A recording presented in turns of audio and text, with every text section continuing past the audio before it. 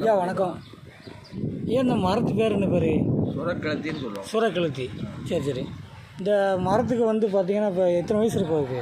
இதுக்கு 100 வயசு தாண்டி. 100 வயசு தாண்டி இருக்கும். உங்கள் காலத்துலேருந்து நீங்கள் சின்ன பிள்ளைலேருந்து பார்த்துக்கிட்டு இருக்கீங்க.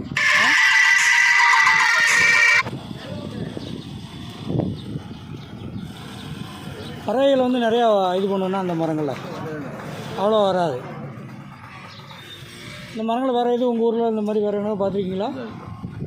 அப்படி இன்னொரு மரம் இருக்குது ஆப்போசிட்டில்.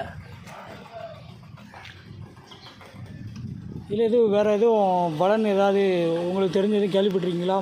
மருத்துவ பலன் இல்லை வேறு ஏதாவது? ஒன்றுமே கேள்விப்படல. சரிங்க, நன்றிங்க.